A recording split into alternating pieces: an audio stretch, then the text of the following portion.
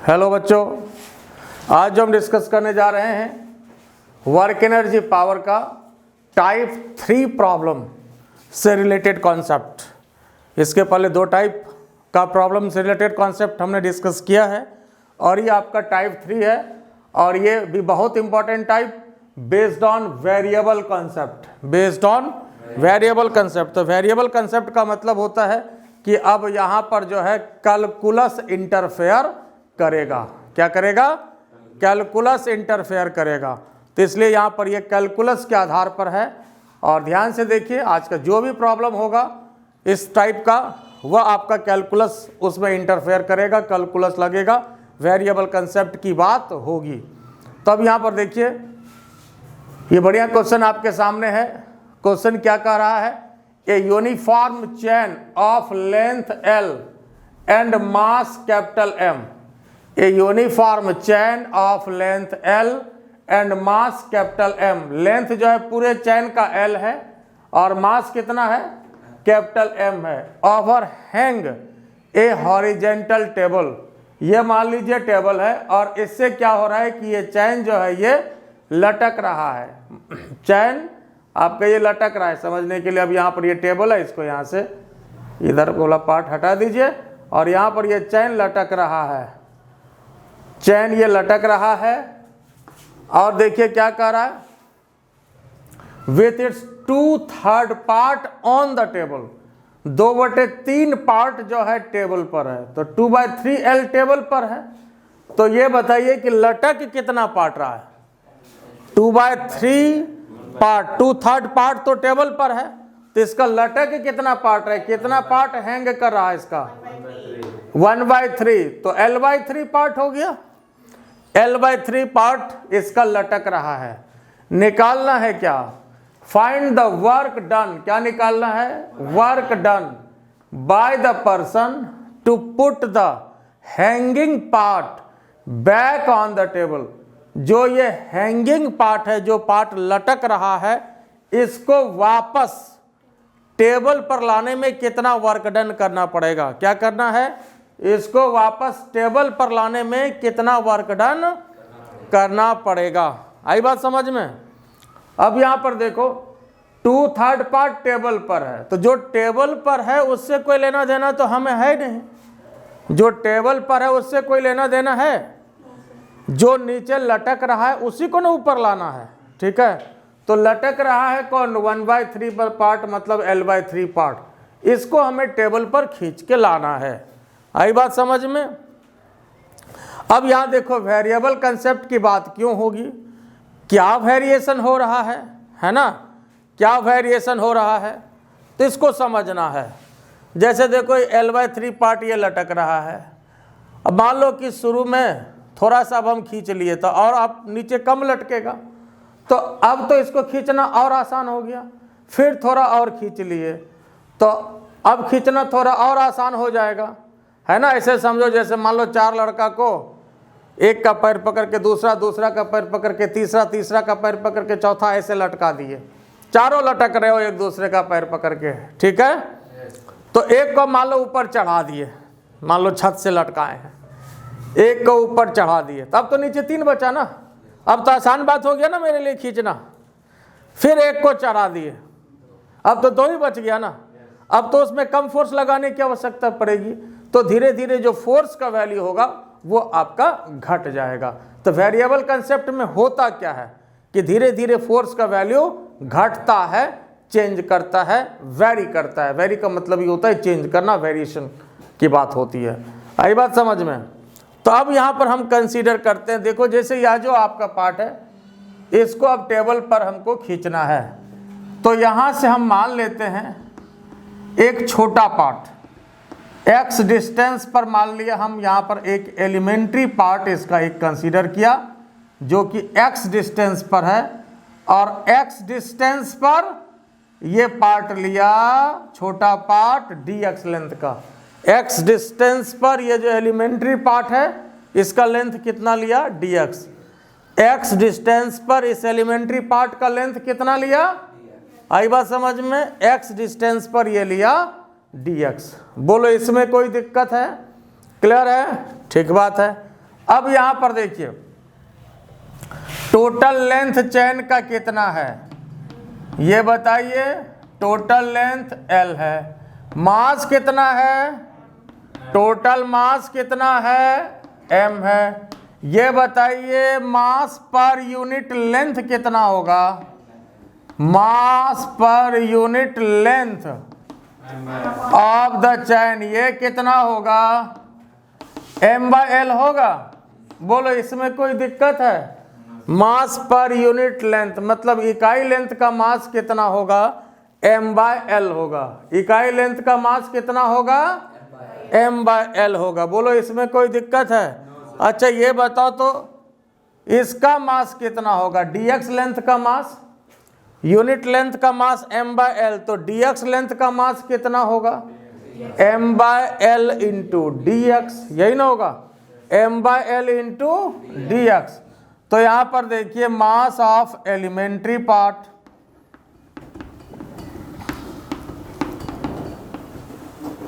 Mass of elementary part कितना होगा, m/L into dx। क्या होगा, m/L इंटू dx। बोलो कोई तकलीफ है इसमें?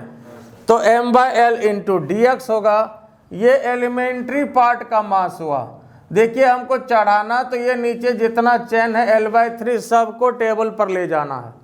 लेकिन अब हम क्या करते हैं, कहीं भी जब एलिमेंट्री पार्ट की बात करते हैं तो तरीका ये होता है कि हम लोग इसमें क्या करते हैं, पहले एलिमेंट्री पार्ट कंसीडर करते हैं। कहीं भी ये बात यहाँ की नहीं है, पूरे फिजिक्स में ये बार बार हम कहते हैं कि दो ही मेजर कॉन्सेप्ट है।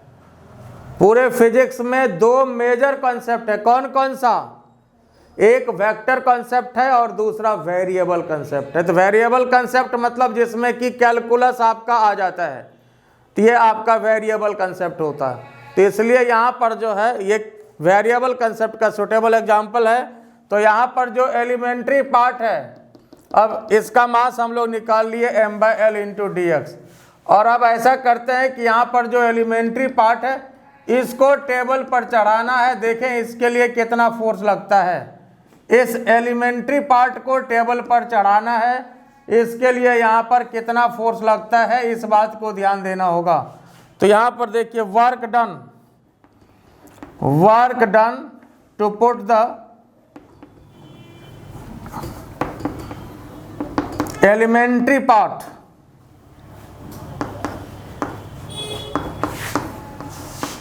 Elementary part on the table. Elementary part को यहां पर हमको टेबल पर ले जाना है साहब। तो वर्क डन, तो वर्क डन होता क्या है, अब यहां पर देखिए वर्क डन निकालना है तो चेंज इन पोटेंशियल एनर्जी का कंसेप्ट ले सकते हैं। वर्क डन होता क्या है, change in energy according to work energy theorem.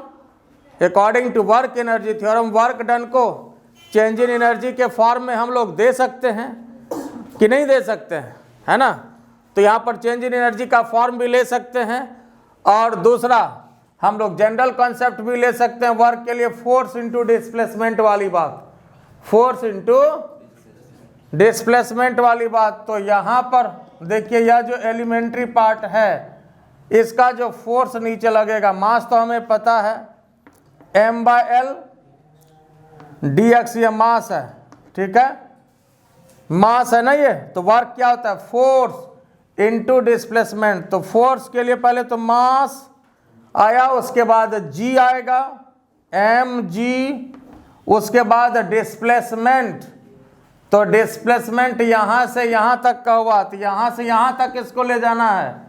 तो यहाँ से यहाँ तक मान लो पॉइंट ए है, ए से बी तक ले जाना है। कितना इसका डिस्प्लेसमेंट हुआ, यहाँ से यहाँ तक x हुआ।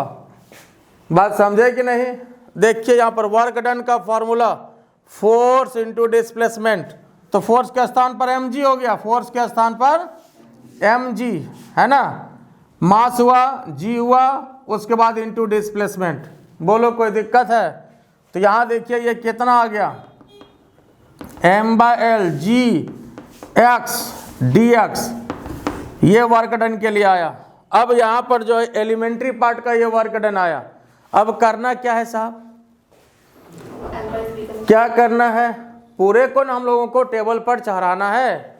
यह जो हैंगिंग पार्ट है इसको चढ़ाना है। ये जो वर्क डन आया ये छोटू पार्ट के लिए आया, तो इसको हम लोग DW से भी इंडिकेट करेंगे, क्योंकि ये छोटू पार्ट का वर्क डन है, मतलब एलिमेंट्री पार्ट का वर्क डन है ना। तो कहीं भी जब हम लोग वेरिएबल कंसेप्ट की बात करते हैं तो सबसे पहले एक छोटू पार्ट मानते हैं समझने के लिए। ऐसे ये एलिमेंट्री पार्ट हुआ, तो यहाँ पर जो है छोटू पार्ट के कारण निकाल लिया। उसके बाद अब जितना बड़ा पार्ट है यहाँ से यहाँ तक इसको हम लोग निकालेंगे। इसके लिए क्या वर्क डन होगा, तो क्या करना पड़ेगा इसके लिए, अब क्या करना पड़ेगा, अब इसके लिए इंटीग्रेट करना पड़ेगा। तब आइए इसको इंटीग्रेट कर देते हैं। ध्यान से देखिए, क्वेश्चन लिखा हुआ है ना आपका, ठीक बात है। अब यहाँ पर देखिए टोटल वर्क डन की बात, टोटल वर्क डन की बात, इंटीग्रेशन DW, तो यहाँ पर कितना हो जाएगा, इंटीग्रेशन M/L Gx dx। तो क्या करना है, अब इसको इंटीग्रेट कर देना है। क्या करना है, इंटीग्रेट कर देना है। तो इंटीग्रेशन DW तो W हुआ, और अंदर जो कांस्टेंट टर्म है इसको बाहर निकाल देते हैं। तो M/L कांस्टेंट है, G भी कांस्टेंट है, M constant, L constant, G constant.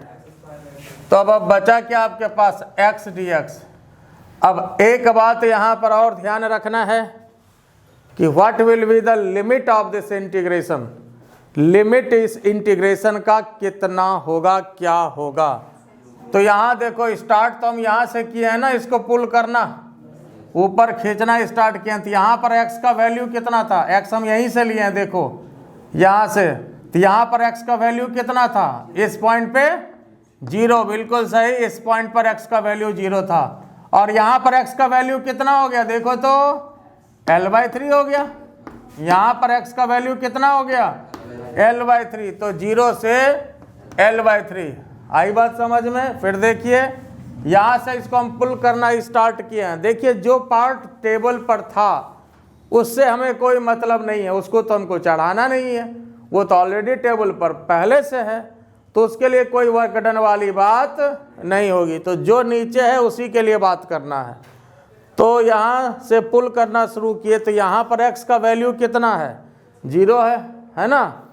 यहाँ पर पहुँच गए तो x का वैल्यू कितना हो गया, L/3 हो गया। आई बात समझ में। यहाँ पर x का वैल्यू 0 है और यहाँ पर L/3, चूँकि यहाँ dx है तो लिमिट x के अनुसार ही बैठेगा। लिमिट क्या होगा, x के अनुसार बैठेगा। तो अब यहाँ पर देखिए साहब, W = M/L G, और इसका इंटीग्रेशन कितना हो जाएगा, x² / 2। तो अब लिमिट क्या करेंगे, 0 से L/3। इधर ये लिखा हुआ आपका, तो यहाँ तक कोई दिक्कत है। अब इसको हम लोग इंटीग्रेट कर सकते हैं कि नहीं कर सकते हैं, है ना। इसको इंटीग्रेट कर सकते हैं कि नहीं, M/L G, और यहाँ पर 2 बाहर कर दें, 2 बाहर कर सकते हो, तो अंदर खाली x² बच जाएगा, और 0 से L/3 इसको लिमिट पुट कर देंगे, ठीक है। तो यहाँ कितना होगा, mg/12, और ये क्या हो जाएगा, लिमिट बैठाने का अब क्या तरीका है इसमें, लिमिट बैठाने का क्या तरीका है, x के स्थान पर ऊपर वाला लिमिट, x के स्थान पर ऊपर वाला लिमिट L/3 होल स्क्वायर अपने जगह पर -0, तो mg/12, और यहाँ पर L² / 3 -0, तो कितना हो गया आप देख लीजिए, mg यहाँ कितना हो जाएगा, L², यहाँ पर देखो L/2 का होल स्क्वायर, तो L² और नीचे क्या हो गया 9 ना, तो 2 × 9, एक L भी है, L कटा, तो mgl/18, और यही वर्क डन होता है और यही आंसर होता है। ये वर्क डन हुआ और ये आंसर हुआ। तो यहाँ से यहाँ तक जो चेन आपका हैंगिंग था, इसको टेबल पर चढ़ाने में यही वर्क डन करना पड़ता है। बोले इसमें कोई दिक्कत है, तो पहले आप इसको लिख लीजिए और फिर एक इसका हम शॉर्ट ट्रिक देंगे आपको, है ना। फिर इसका एक शॉर्ट ट्रिक देंगे जो कि आपको बहुत कम समय में बन जाएगा, उसका भी हम ट्रिक देते हैं, लेकिन पहले इसको लिखिए।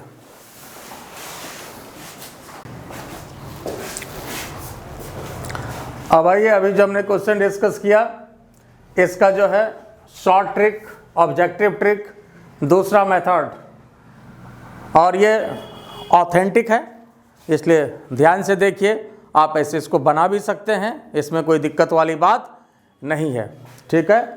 और क्वेश्चन आपका क्या था कि ये टोटल लेंथ चेन का L है और लटक कितना पार्ट रहा है, L/3 पार्ट रहा है।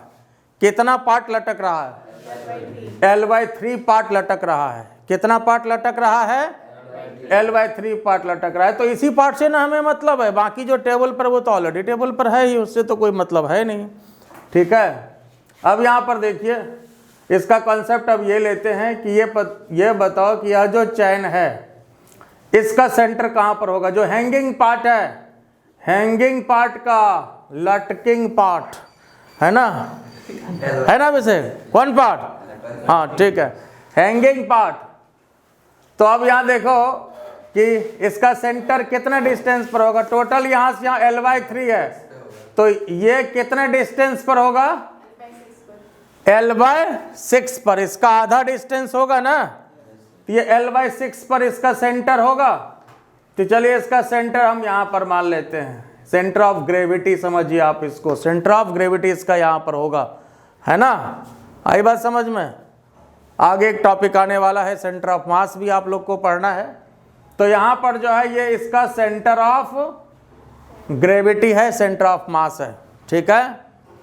तो यहाँ सेंटर ऑफ ग्रेविटी जो हम लोग पढ़ते हैं, सेंटर ऑफ ग्रेविटी वह पॉइंट होता है किसी भी बॉडी का जहां पर कि उसका पूरा वेट कंसेंट्रेटेड माना जा सकता है। या सेंटर ऑफ मास में इसी बात को लेते हैं कि सेंटर ऑफ मास में उस बॉडी का सेंटर ऑफ मास वह पॉइंट होता है जहां पर उसका पूरा मास कंसेंट्रेटेड माना जा सकता है, समझा जा सकता है। उसी पॉइंट को सेंटर ऑफ मास बोलते हैं।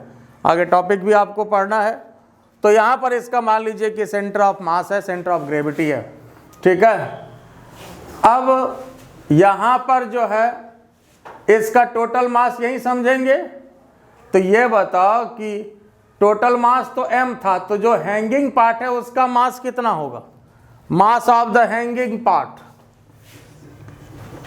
Mass of hanging part, hanging part का मास, लटकिंग पार्ट का मास कितना होगा, हैंगिंग पार्ट का मास। अरे भैया टोटल मास m था, तो हैंगिंग पार्ट का मास कितना हो जाएगा, m/3 हो जाएगा। L/3 लटक रहा है तो 1/3 लटक रहा है, तो मास भी तो 1/3 होगा ना, है ना। यूनिफॉर्म चैन है, मास अगर 1/3 है, लेंथ 1/3 है, तो मास भी क्या हो जाएगा, 1/3 हो जाएगा। बोलो इसमें कोई दिक्कत है, बोलो ये बात समझ में आया कि नहीं। तो यहाँ देखो अब यहीं पर पूरा मास हम कंसेंट्रेटेड इसका कंसीडर कर लेंगे। तो यहाँ जब कंसेंट्रेटेड इसका कंसीडर करेंगे तो इसका मास यहाँ पर कितना हो जाएगा, कितना हो जाएगा, m/3, ठीक है। अब यहाँ से क्या करना है, इसको उठा करके यहाँ पर फेंक देना है। तो सोच लो कितना वर्क डन करना पड़ेगा। क्या करना है, यहाँ से उठाना है और यहाँ पर इसको डाल देना है। तो work done equal to change in potential energy का कॉन्सेप्ट आ जाएगा। क्या हो जाएगा, work done equal to change in potential energy, work done equal to change in potential energy according to work energy theorem. यही ना बात हुआ। तो mg और उसके बाद यहाँ पर हाइट जितना भी बढ़ा, डेल h समझिए, h समझिए, जो समझिए। तो मास पहले कितना हो गया, मास कितना हो गया इसका, मास कितना हो गया, m/3 g, और यहाँ से यहाँ तक हाइट कितना इसका ऊपर ले गए हम लोग, L/6 हो गया। तो यह जो डेल h आया मतलब चेंज इन हाइट कितना हुआ, L/6 हुआ, ये बैठा दिया, देख लीजिए आंसर आ गया mgl/18। This is your answer. तो work done equal to mgl/18, ये आपको आंसर मिल गया। बोलो इसमें कोई दिक्कत? तो आंसर उतना ही आया या कोई फर्क आया? वही आया। बोलो इसमें कोई दिक्कत है? तो पहले इसको लिख लीजिए, फिर आगे नेक्स्ट क्वेश्चन दे रहे हैं। अब देखिए नेक्स्ट क्वेश्चन आपके पास है, क्या कर रहा है, यह भी वेरिएबल कंसेप्ट का बढ़िया question. A particle of mass small m moves on a straight line with its velocity varying with the distance traveled according to the equation v equal to alpha root x। पहले तो यहाँ पर लिख लिया जाए, क्या दिया हुआ है, v equal to alpha root x। Velocity distance के हिसाब से बदल रहा है, अच्छी बात है, वेलोसिटी डिस्टेंस के हिसाब से बदल रहा है। वेयर अल्फा कांस्टेंट, अल्फा आपका कांस्टेंट है, ठीक है। Find the total work done by the all the forces during a displacement x equal to 0 to x equal to d। ये डिस्प्लेसमेंट का लिमिट दिया हुआ कि यहाँ से यहाँ तक के बीच का वर्क डन आपको निकालना है। तो सबसे पहले तो हमारे पास जो फॉर्मूला होता है, अगर वर्क डन की बात करें तो हमारे पास जो वर्क डन का फॉर्मूला होता है इंटीग्रेशन, चले f dx वाले कॉन्सेप्ट से ही चलते हैं।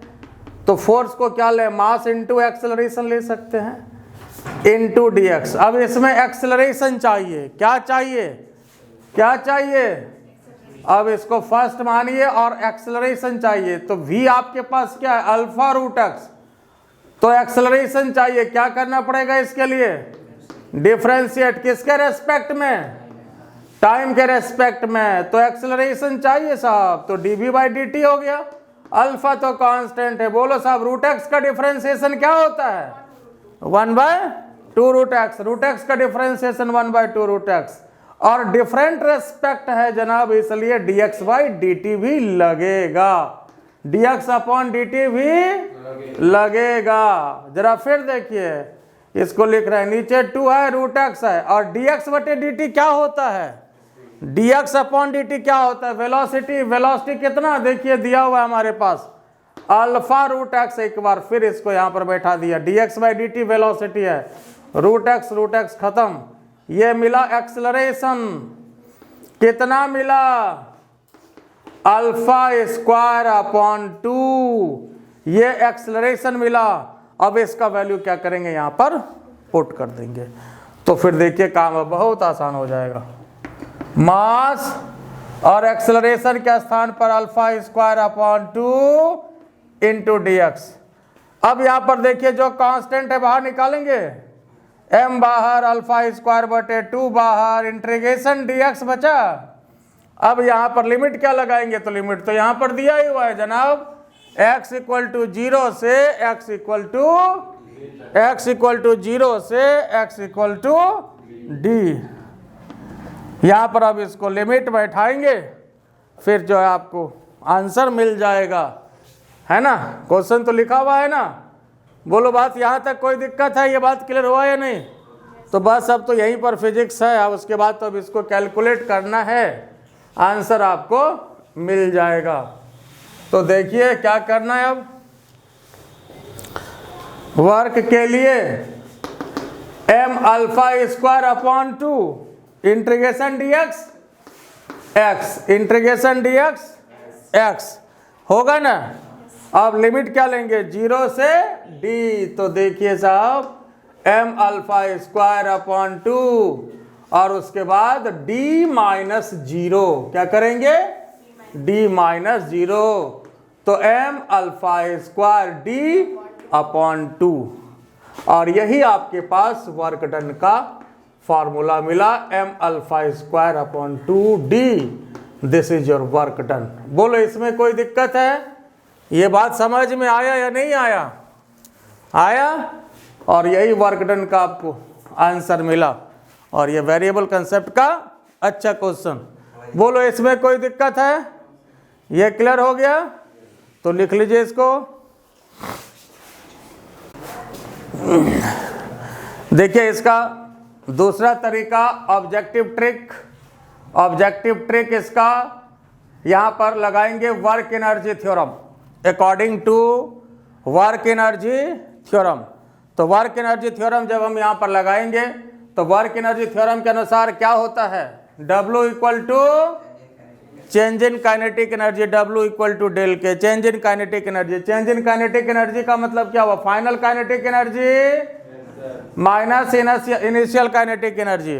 ठीक है, तो अब यहाँ पर वेलोसिटी जो आपको क्वेश्चन में दिया हुआ था, क्या दिया हुआ है, v equal to alpha root x है। देखिए क्वेश्चन में ये वेलोसिटी दिया हुआ है अल्फा रूट एक्स, मतलब x के बढ़ने के साथ वेलोसिटी बढ़ेगा, स्वाभाविक सी बात है, बढ़ेगा ही।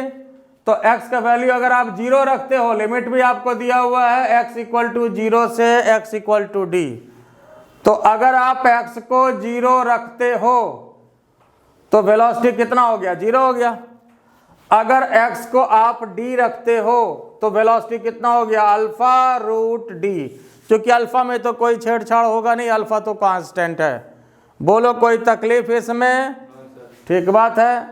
तो यहाँ पर अब v2 के स्थान पर अल्फा रूट d पुट गया और v1 तो आपका 0 है, तो ये तो मैदान साफ हो जाएगा, ये तो खत्म हो गया। v2 के स्थान पर अल्फा रूट d और होल स्क्वायर हाफ m, तो ये आपका हो गया अल्फा स्क्वायर d माइनस 0। तो यही आपके पास आंसर हो गया, work done equal to m alpha square d upon 2। आई बात समझ में, बोलिए इसमें कोई दिक्कत है। तो यहाँ पर क्या लगा, वर्क एनर्जी थ्योरम लगा। According to work energy theorem क्या होता है, चेंज इन काइनेटिक एनर्जी। आई बात समझ में। और इसके पहले भी वर्क एनर्जी थ्योरम से बताए थे ऑब्जेक्टिव ट्रिक, उसमें क्या लगा था, work done equal to change in potential energy, और पोटेंशियल वो ग्रेविटेशनल पोटेंशियल एनर्जी की बात हुई थी वहाँ पर। आई बात समझ में। Yes sir. इसको लिख लीजिए पहले।